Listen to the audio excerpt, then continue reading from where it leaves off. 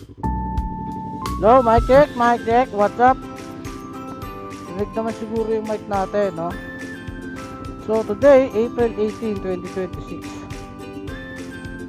Sabado, hindi tayo nag-ride kahit maraming invitation ng tropa.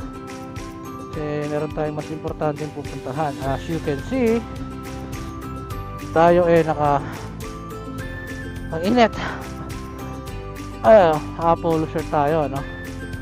And blue tayo ngayon kasi attend tayo ng kasal ng tropang Carnival Cruise Line yun, no? So Jenkins, malupit yung history namin nito sa barko kasi talaga sinalba na ito buhay ko nung kami kasagsagan mag-inom. Nauso dun yung beer na ang brand name is Foster. So yun yung red horse namin sa barko. One time nagkayaan na halo-halo kami department nun. May dining room, may mga gali, may bar, ako housekeeping, may mga housekeeping din akong kasama tropa na mag-inom that night. Sa barko, alam niyo naman, pag nagtrabaho ko sa cruise ship o kahit anong klaseng barko, araw-araw pasok doon, men. Araw-araw duty, no? So yun na nga, nagkasagaran. Hindi yan nangyari, lasing ako. E di pagtapos ang inom, bangenge ang Kuya Chad Ventures nyo. Hinatid ako ngayon ito ni Jenkins sa kabina ko, sa kwarto ko. Kasi nga, di ko na kaya eh. Kinakay niya na ako, no? Ang matindi pa nun, sa hallway, saan niya kami dumaan, nandun yung chief security ng barko. Chief security Jaime, shoutout sa'yo. Napakabuti mong tao na kinumagahan binati mo pa ako paano ako nakauwi at paano pa ako naka-duty na kinabukasan. Kasi hindi ka nga nakita sa akin na lumpo na ako nun eh. Kung di ako yung natid ni Jenkins, wala na siguro akong trabaho sa barko, napauwi na ako. Teka lang guys, kailangan ako bumalik, may naiwan ako sa bahay. Balikan ko kaya. Bye. So ayun na nga guys, balikan natin yung kwento about to sa hinatid nila ako ni Jenkins sa kabina ko, no?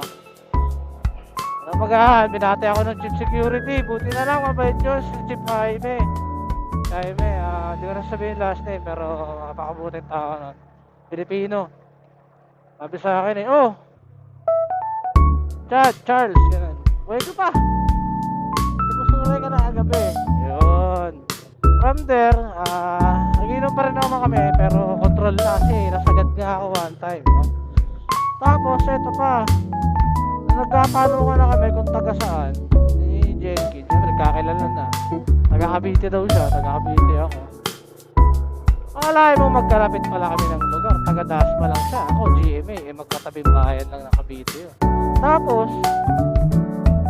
schoolmate pa pala kami nung college, kaso ahead ako sa kanya.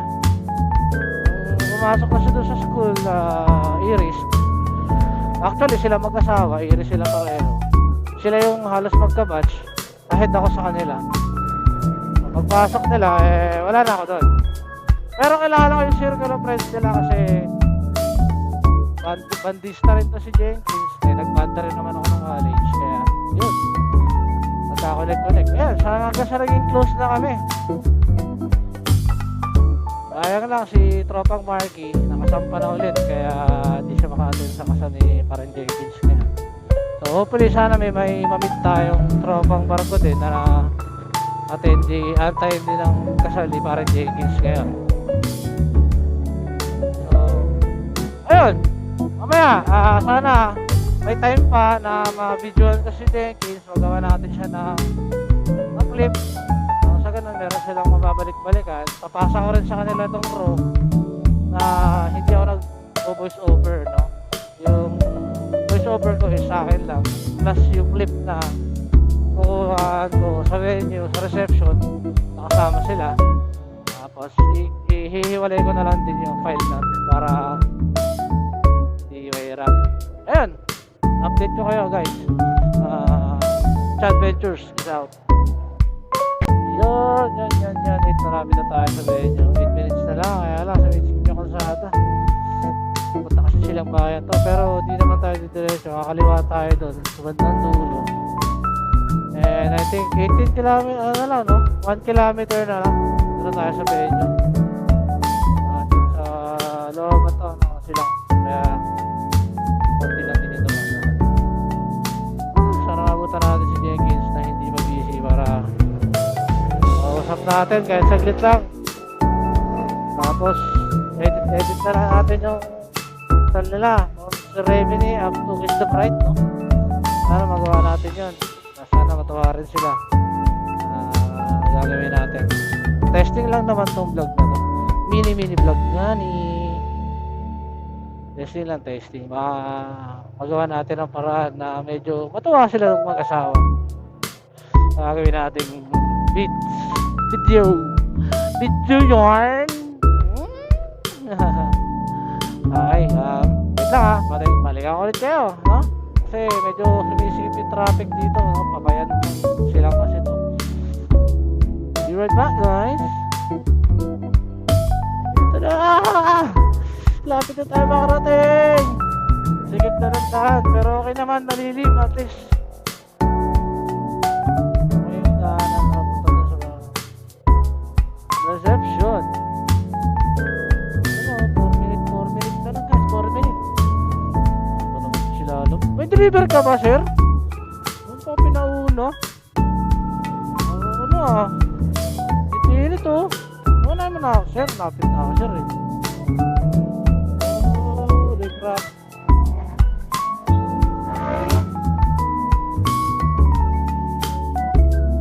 Init eh, paunahin niya na ako. Namahanginan ako. Nalamot talaga eh. Okay. Ano kaya to? First time kong attend ng kasal na ako lang. Kung attend ko ng kasal, family, kasama yung parents ko eh. Ngayon, ako lang yung attend. Ano yung gagawin? Hanapin ko yung pangalan ko sa logbook. Meron ba gano'n? Walam eh. Hanapin. Okay, papakita ko yung invitation video sa messenger, no? Kasi leprop ko, na-invited ako. Wala akong physical invitation card na natanggap. Kasi di naman uso yun, no? Ano lang, slideshow na lang ngayon sa computer. Send mo na lang sa kung ano social media eh, invitation na yan. Pwede yun, no? Natin lapit na guys, 2 minutes na lang, 2 minutes. Pasok tayo sa bunting ilog. So pag-ahon dito, kakaliwa na lang tayo. Ayan na, puro bila-bila na. Ito na yun, Bila Ocampo, Soriano. Ito na, tama nga ito, Soriano. Ito, kakaliwa tayo dito guys.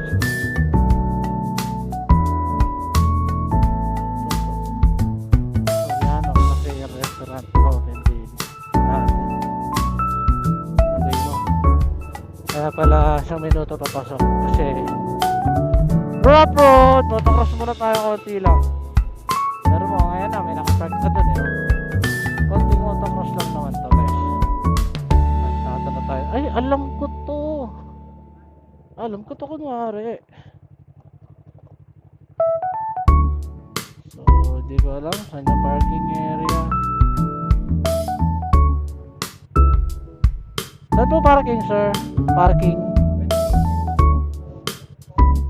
Sige po. Saan po ba yung ano? Bed dito, ano? Okay.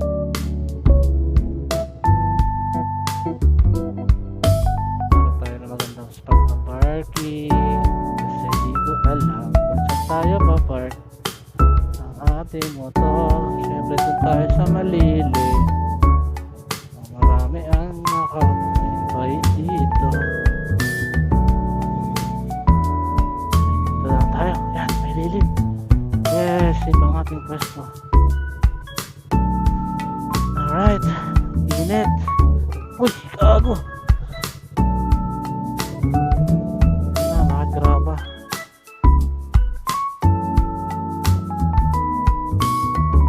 Mulubog.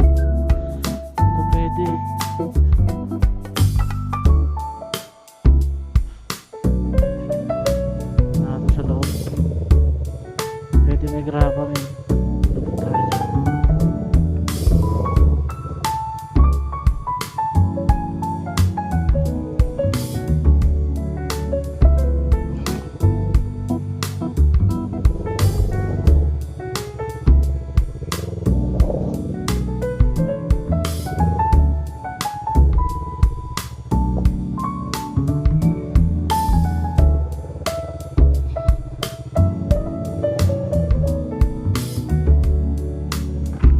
na lang. Tapos dito lupa. Madulas yung gulong natin, men. Hindi pwede yun. Alright.